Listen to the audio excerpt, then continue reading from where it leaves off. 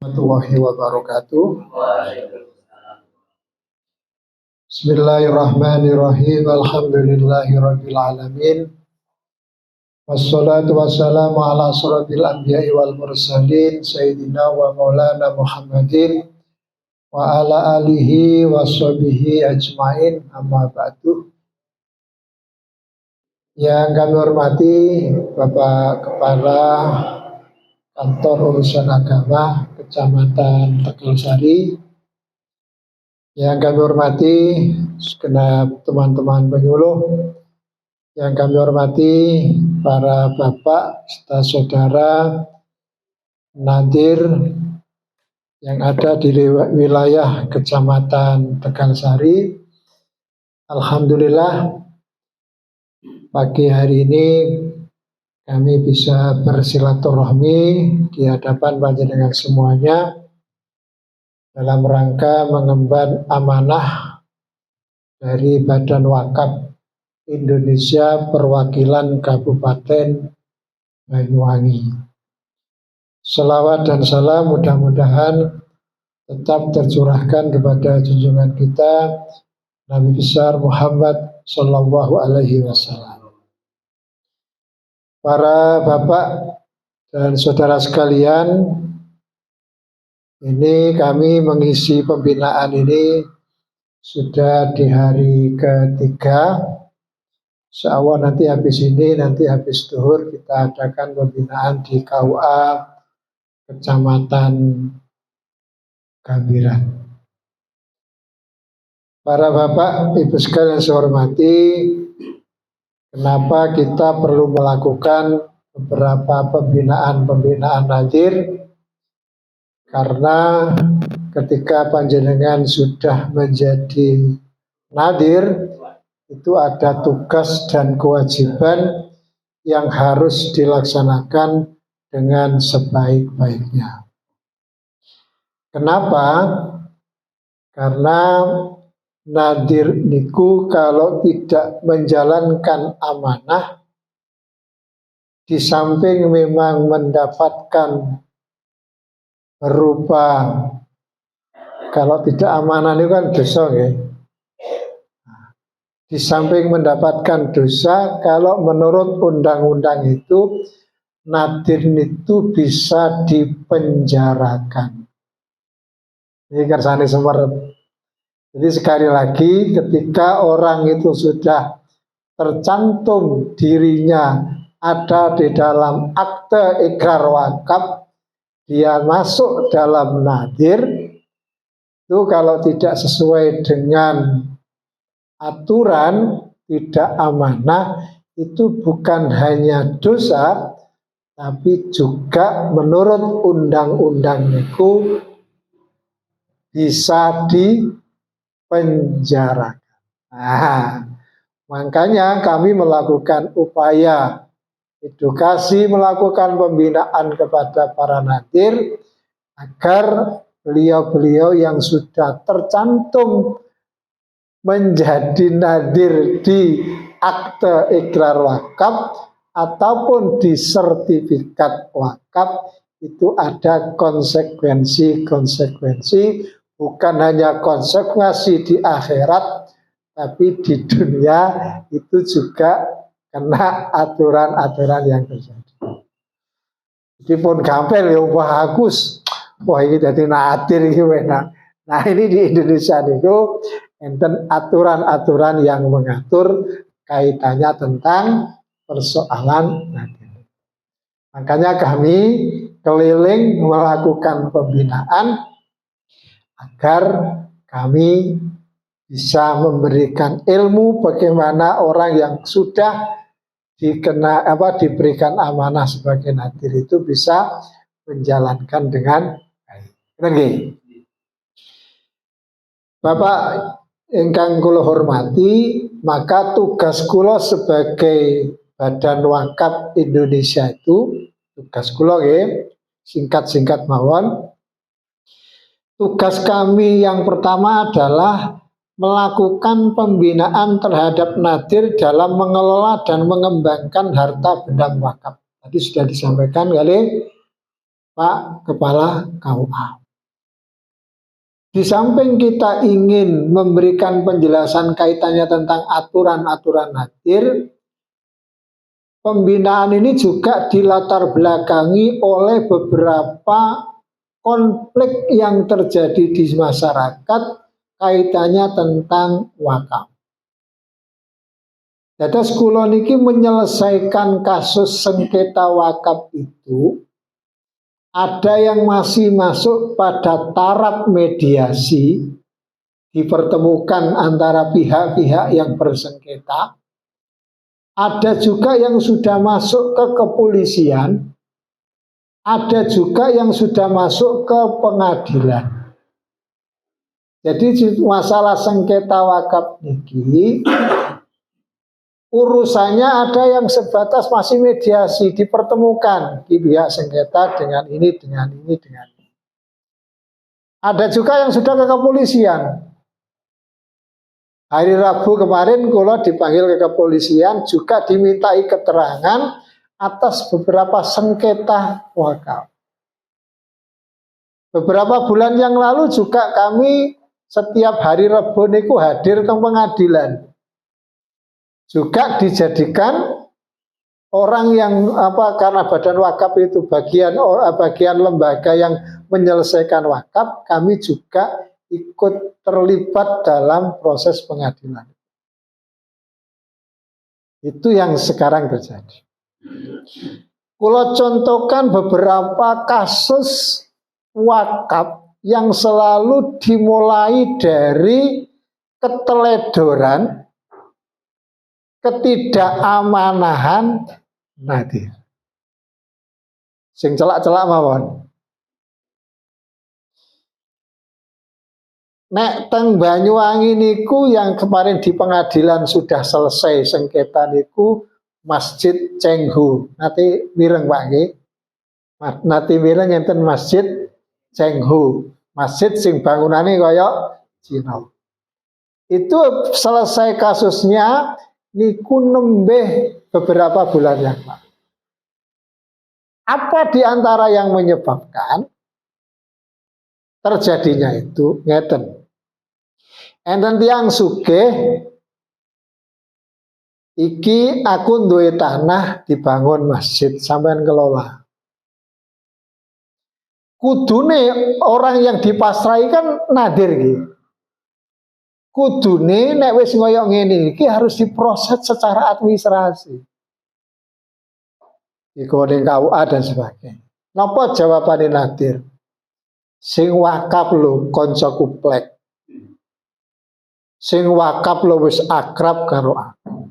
Kaya apa ngono-ngono, sing penting iki wis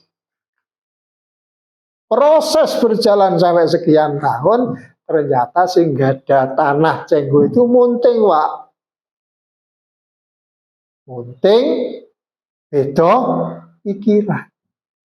Karena tidak beda pikiran, tidak cocok dengan orang yang dipasrai, diminta kembali. Akhirnya nadirnya menggugat karena tidak ada hitam di atas putih. Nah, Allah, Pak. Apa letak keteledorannya? Teledor kenapa pada saat dipasrai gak dang-dang diurus akte ikrar. Ini sing teledor situ. Nah ini. Wis dikai pasrai ngene gak dang-dang diurus. Oh, niku contoh lagi. Teng Sempu, Pak, jenengan nek badhe masuk stasiun niku wonten masjid nggih. Di stasiun style nggih. Masjid Al-Gufron kiri jalan nek tuki genteng kiri jalan. Mungkin 200 meter pun stasiun. Niku iki aku wakaf tanah gawe masjid. Keranten sebelah masjid ini kan wiyar, Pak. Ini masjid itu coro tanahnya ya niki masjid niki tanahnya saya menten, Pak. Nah kali nadire enten kocone niku sing biasa gawe sekolah. Iki timbangane iki nganggur wis tekno ae sekolah. Akhirnya berdiri MI Muhammadiyah, SMP Muhammadiyah. Berkembang, Pak. SMP ini berkembang macam-macam, masjidnya berkembang. Ada konflik. Di mana letak kesalahan Nadir? Ini kalau diurus, Pak, Nadir ini bisa dipenjarakan. Kenapa? Sudah menyalahgunakan kewenangan. Wis dipasrai gawe masjid, kenapa di sebelahnya dibanguni sekolah? Ini bisa kena pasal dia merubah peruntukan dari masjid ternyata diperuntukkan dengan yang lain. Iki nek dinapa diurus kalau badan wakaf niki bisa menelusuri Nadirnya ini bisa dipenjarakan karena menyalahgunakan apa penyalahgunaan kewenangan? Di AIW di sertifikat jelas-jelas berbunyi tanah seluas itu peruntukannya untuk masjid. Kali Nadire kelas. Sing salah jadi Nadir.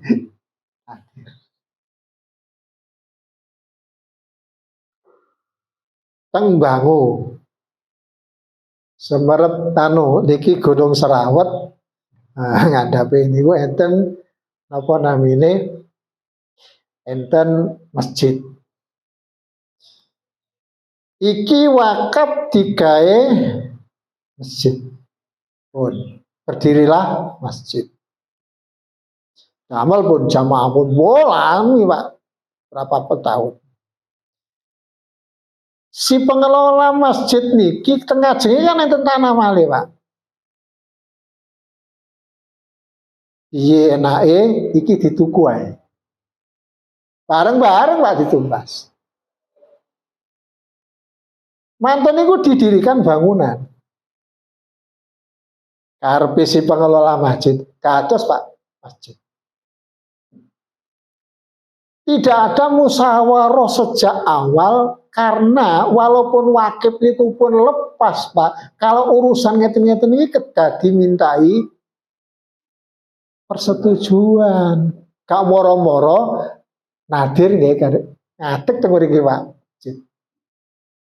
Karepe Nadir niku iki masjid wis ayo masjid sing lawas dibongkar digawe tempat parkir. Alaman lah. Wakifnya mboten rame Pak ahli waris. Mbahku iki biyen wakaf kae masjid duduk gawe parkire. Kan kudune musyawarah keren iki besok rencanane ngene-ngene nggih.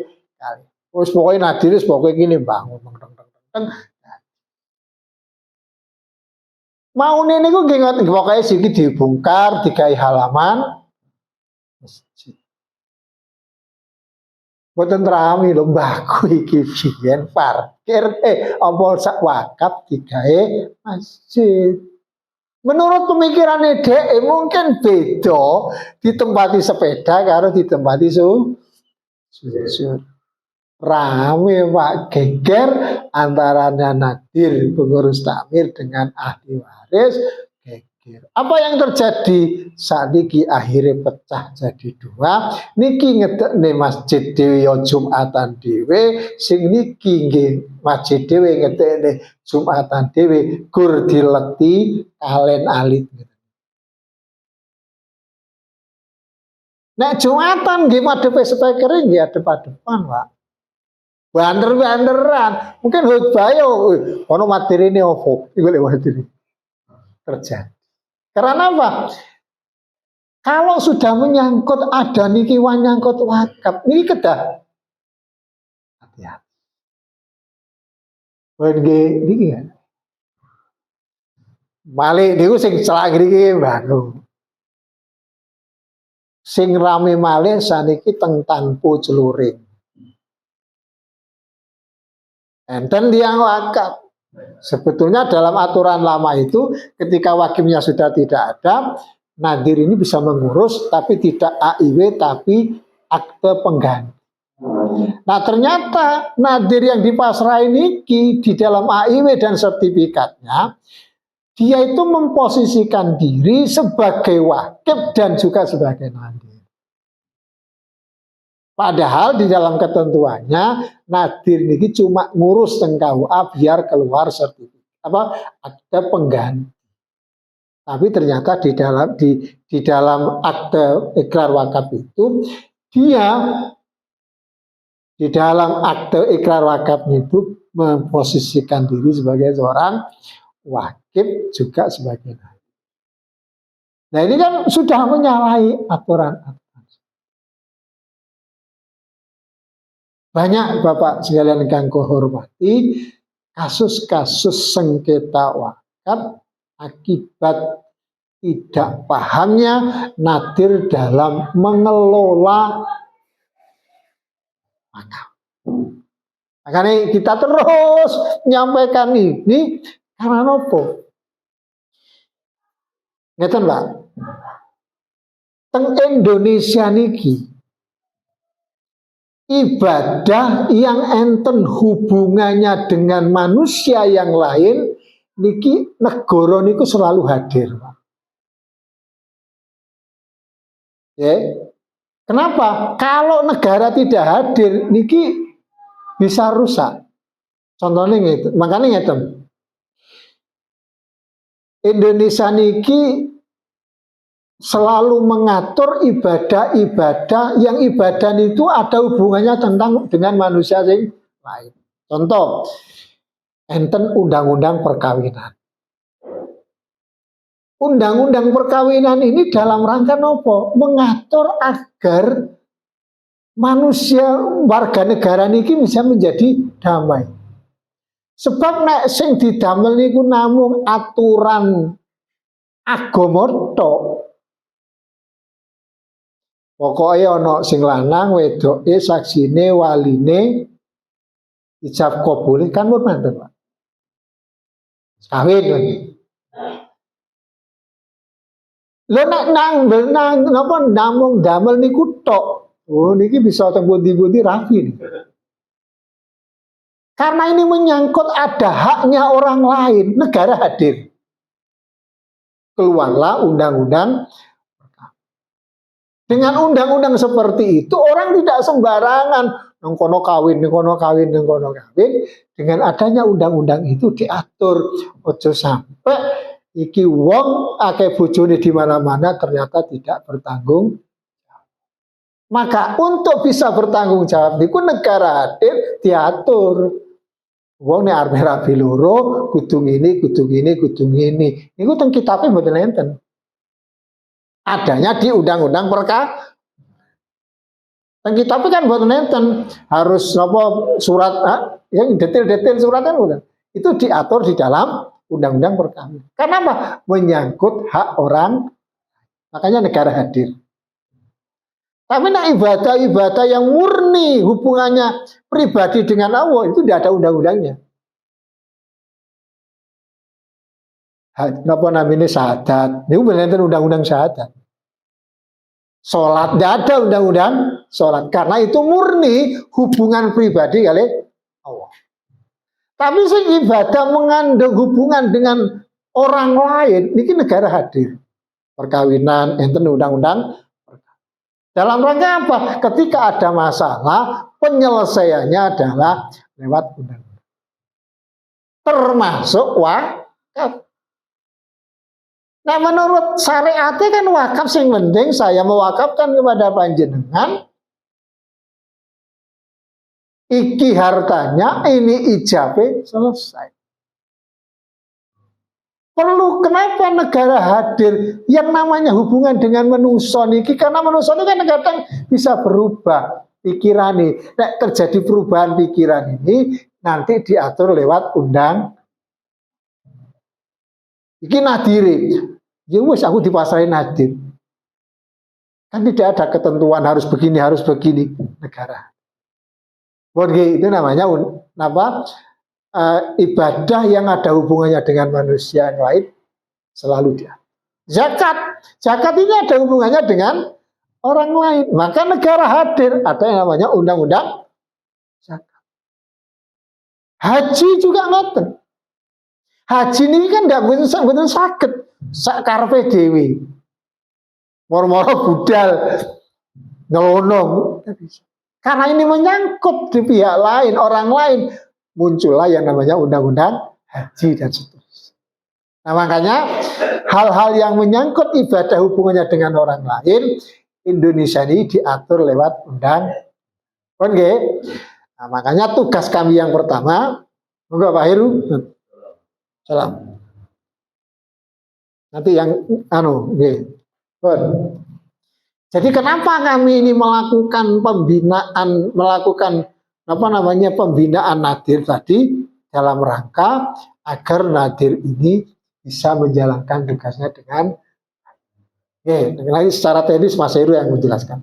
Nomor 2, tugas kami di Badan Wakaf yang nomor 2 adalah melakukan pengelolaan dan pengembangan harta benda wakaf. Jadi termasuk tugas kami ini adalah apabila ada orang yang wakaf, kami punya juga kewajiban untuk mengelola.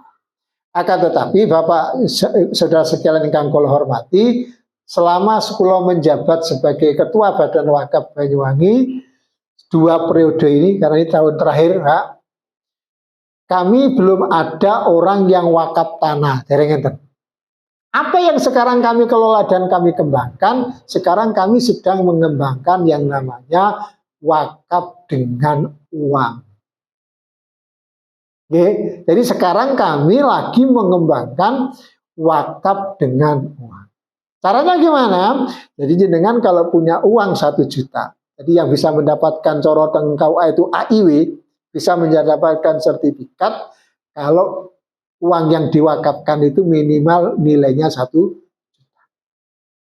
Uang 1 juta itu kami di Badan Wakaf ini sebagai nadirnya, sebagai petugas pencatat akte ikrawannya namanya Lembaga Keuangan Syariah. Dalam hal ini kami kerjasama dengan Bank Muamalat. Jadi uang itu diserahkan Bank Muamalat, tadinya kepada. Jadi uang yang 1 juta itu tidak akan hilang selamanya. Apa yang kita tasarufkan? Yang kita tasarufkan adalah hasil dari pengelolaan. Nah, sekarang kami sedang mengembangkan. Kalau hanya dikembangkan lewat perbankan, mungkin hasilnya terlalu kecil. Mungkin nanti ke depan lewat usaha-usaha. Alhamdulillah sampai hari ini kami mengelola 100 wakif. Jadi saat ini kami sudah ada 100 juta yang kami kembangkan. Jadi tugas kami diantaranya seperti itu. Karena belum ada orang yang wakaf tanah, kami sekarang lagi mengembangkan wakaf dengan uang. Kita targetkan kalau seluruh pegawai negeri di Kabupaten Banyuwangi itu semua jadi wakif, itu insya Allah bisa kita mencapai 16 miliar. Kalau semuanya zakat. Jadi kalau itu semuanya wakaf, nanti uang 16 miliar itu auto saya kembangkan. Maka ini akan terus kita sosialisasikan. Jadi memang ada orang wakaf dengan tanah. Tanah itu wakafnya betul nggak ada lebihan tanah kan biasanya iman-iman Pak G seperti itu. Maka bisa dengan itu diantara tugas kami adalah Badan Wakaf seperti itu. Nomor 3, memberikan persetujuan dan atau izin perubahan peruntukan dan status harta benda wakaf. Jadi jenengan tadi yang saya ceritakan kaya teng sepuh tadi, ini tidak bisa serta-merta. Makanya jenengan kalau sudah di tanah jenengan jadi nadir, iki nadir wakaf untuk masjid. Seandainya jenengan mau membangun TPQ, membangun MI, membangun gedung, niki tidak boleh moro-moro dibangun. Kalau tanah itu masih masuk bagian dari, Maka kalau jenengan ingin membangun di sebelahnya gedung macam-macam, maka jenengan harus mengajukan namanya pergantian peruntukan. Carane pripun? Carane takmir, nadir mengelola ini musyawarah. Di dalam musyawarah itu dituangkan dalam berita acara, berdasarkan ini dan sebagainya, wakaf tanah yang untuk masjid, mohon ada pergantian peruntukan dari masjid dan lembaga pendidikan. Dituangkan di dalam berita acara. Nah, jenengan bikin surat tengka KUA Tegalsari. Mangke KUA Tegalsari itu minta rekomendasi kepada badan wakaf. Kalau tanah wakafnya itu luasnya di bawah 1000 meter, maka KUA Tegalsari itu mengajukan rekomendasinya kepada badan wakaf kabupaten. Kalau luasnya di atas 1000 meter, maka KUA mengajukan rekomendasinya kepada badan wakaf tingkat provinsi. Setelah diajukan, diverifikasi, dilihat kebenaran autentik, ternyata memang tanahnya luas, peruntukannya sudah sesuai. Napa ini BWI mengeluarkan rekomendasi kepada KUA, akhirnya KUA membuat keputusan peruntukannya dirubah dari masjid menjadi masjid dan lembaga pendidikan. Kalau sudah berubah seperti itu, jenengan mau mendirikan TPQ, madrasah, gedung-gedung yang lain, itu sudah.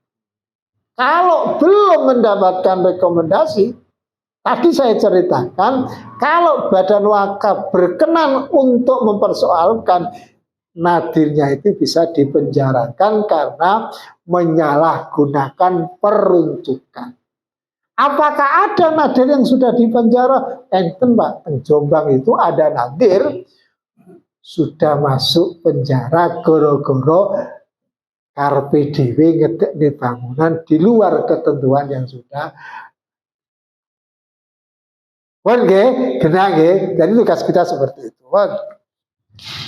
Salah pun tugas kami adalah memberhentikan dan mengganti nadir.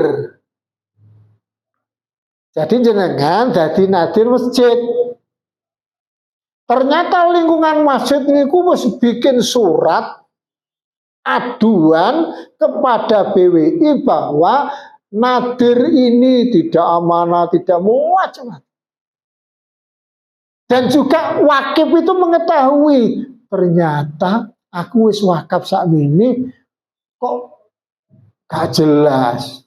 Mari Pak Heru cerita tentang daerah Kabat Jarapundi itu enten tiyang wakaf niku teng mriku napa? Kata napa namine wit klopo, dadi wakaf pohon kelapa. Kata nggih teng Kabat biasa diwadahi napa? Kali jaran niku nggih. Ternyata sekian kali panen, apa namanya kelopone sakmene, ternyata bangun masjidnya gak mare-mare, gak jelas. Iki kelopone didol nang ndi. Nah, kalau ada aduan seperti itu dari masyarakat diperkuat oleh wakif, dan setelah kita cek betul-betul nadirnya itu tidak tidak amanah, maka kami dari badan wakaf langsung minta kepada KUA, tolong nadir ini diberhentikan.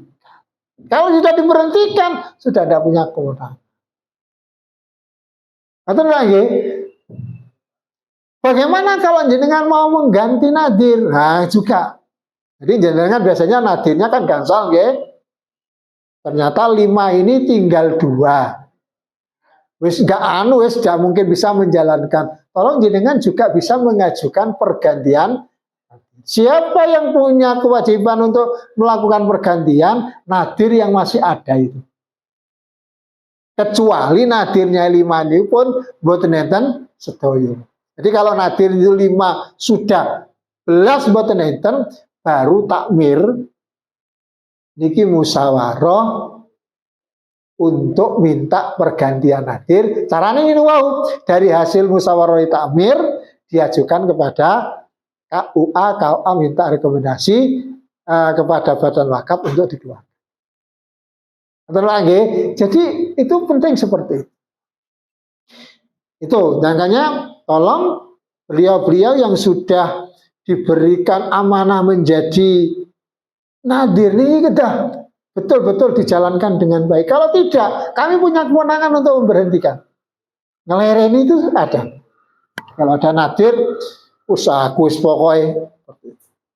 Penting, makanya juga termasuk kontrol dari jenengan. Mungkin ada beberapa masjid, ada beberapa pokoknya tiang sing pun dipasrahin untuk mengelola wakaf. Ternyata yo nggak jujur, nggak nopo-nopo.